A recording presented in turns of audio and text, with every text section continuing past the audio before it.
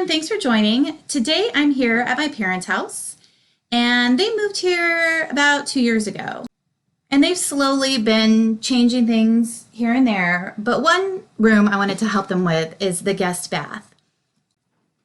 So when they moved here, in this bathroom, the one wall is like a dark brown, so ugly, and then the other walls in this bathroom look like they were painted almost a yellowish white, so not attractive. So I'm going to change up the color of the walls with white and blue. My mom's favorite color is blue.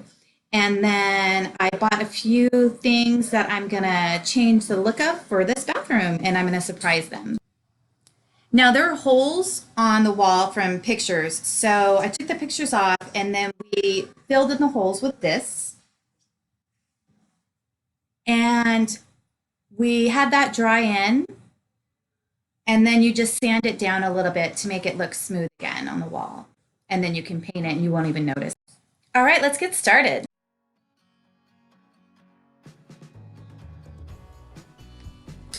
I'm not sure if you can see it, but so far I've done the white paint. So 2 tips I wanted to add. This here, I am going to post this below, but this tool, it's like maybe $7 and it is worth it because you can really cut in with this tool and you do not need to use tape. Here at this house, they have textured walls.